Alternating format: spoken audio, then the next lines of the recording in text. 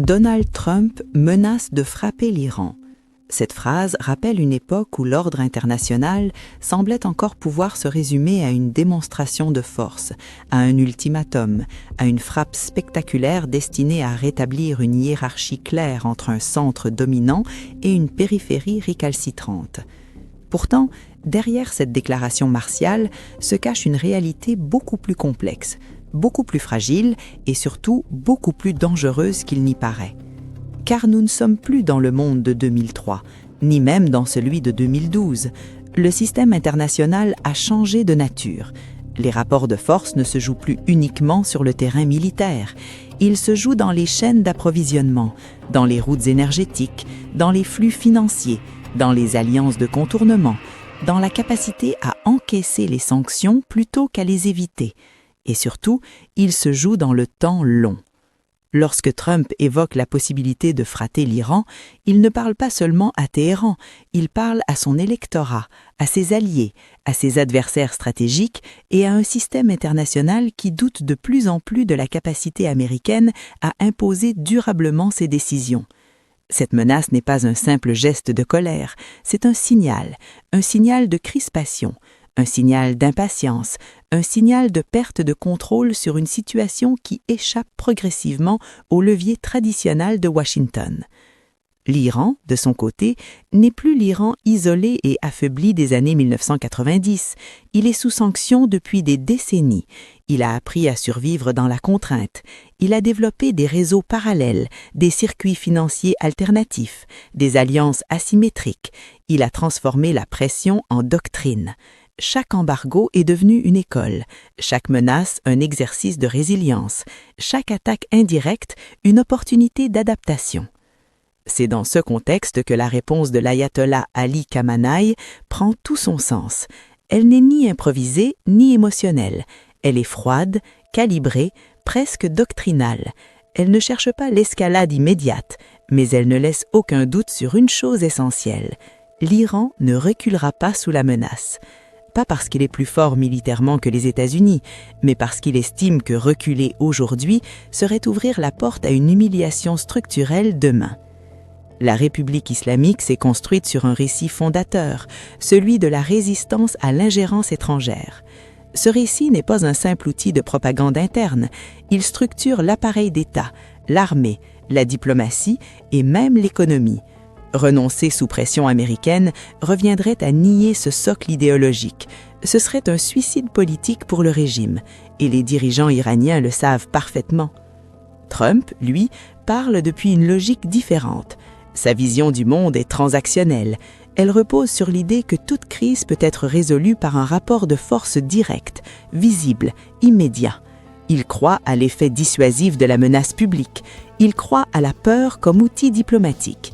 Il croit que la démonstration de puissance suffit à faire plier des adversaires rationnels. Or, l'Iran n'est pas un acteur rationnel au sens occidental du terme. Il est idéologique, historique, mémoriel. La menace de frappe intervient dans un contexte de tension interne en Iran, des manifestations, des troubles sociaux, une pression économique réelle sur la population. Washington pense peut-être que le régime est fragilisé, qu'il est sur la défensive, qu'un choc externe pourrait provoquer une implosion interne. Cette lecture est tentante, mais elle est dangereuse, car l'histoire montre que les régimes sous pression interne ont souvent recours à la menace extérieure pour resserrer les rangs, pour recréer une unité nationale artificielle face à un ennemi désigné. En brandissant la menace militaire, Trump offre paradoxalement au régime iranien un levier narratif puissant. Il transforme une crise sociale en crise souveraine.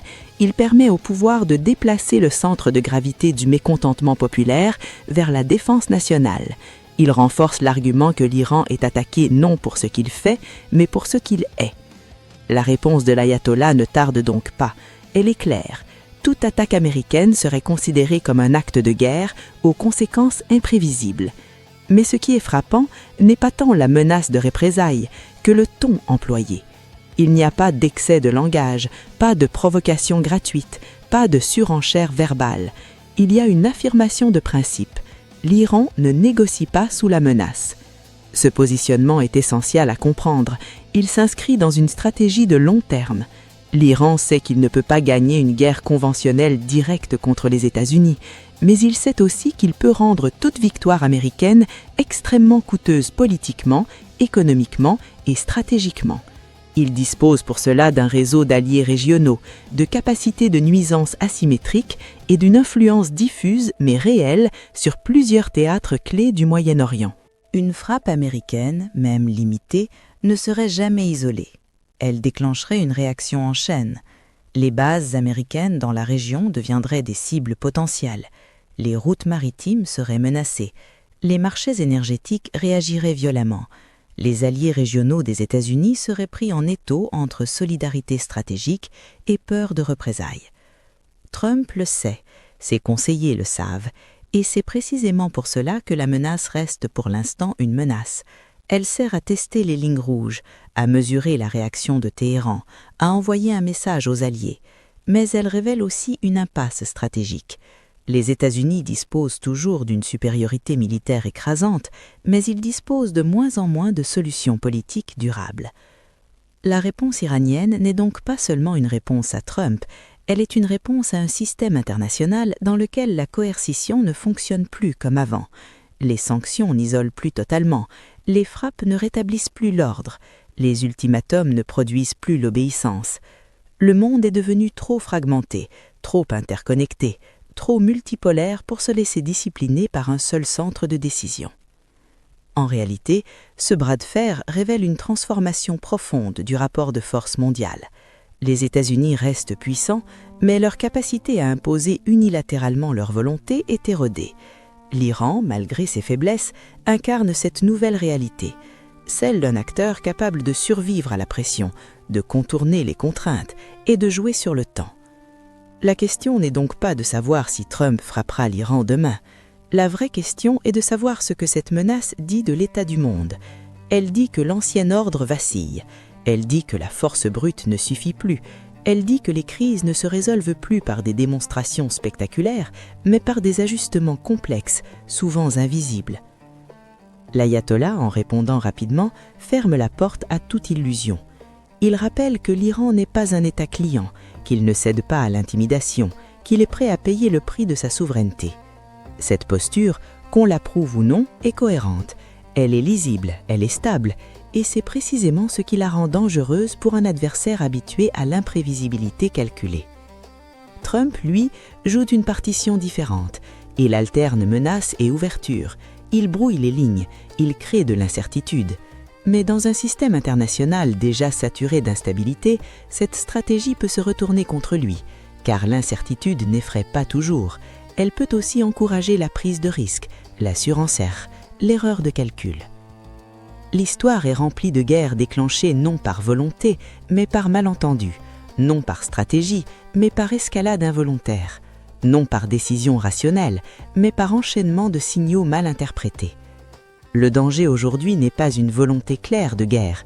Le danger, c'est l'accumulation de lignes rouges floues, de menaces publiques, de réponses symboliques qui finissent par créer une dynamique incontrôlable. Ce que nous observons entre Trump et l'Iran n'est pas un simple épisode diplomatique, c'est un symptôme. Le symptôme d'un monde où les anciennes règles ne fonctionnent plus, mais où les nouvelles ne sont pas encore stabilisées. Un monde où la puissance ne garantit plus la maîtrise, un monde où la résistance devient une stratégie en soi. La réponse de l'ayatollah ne tarde pas parce qu'elle est attendue, elle est presque automatique, elle s'inscrit dans une logique de continuité. Elle rappelle que l'Iran a fait le choix depuis longtemps de vivre dans la confrontation plutôt que dans la soumission, et ce choix, qu'on le juge irrationnel ou courageux, structure toute sa politique. Trump peut menacer, il peut frapper, il peut sanctionner, mais il ne peut pas changer cette donnée fondamentale. L'Iran ne cherche pas la victoire rapide, il cherche la survie. Et dans le monde actuel, la survie est parfois la forme la plus redoutable de puissance. C'est pourquoi cette crise mérite d'être observée avec lucidité, sans passion, sans slogan, car derrière les déclarations martiales se joue quelque chose de plus profond, la redéfinition silencieuse des rapports de force mondiaux. Et dans cette redéfinition, ni Trump ni l'ayatollah ne contrôlent entièrement le cours des événements. La suite dépendra moins des mots prononcés que des lignes qu'on acceptera ou non de franchir. Et dans un monde saturé de tensions, chaque ligne franchie rapproche un peu plus du point de non-retour.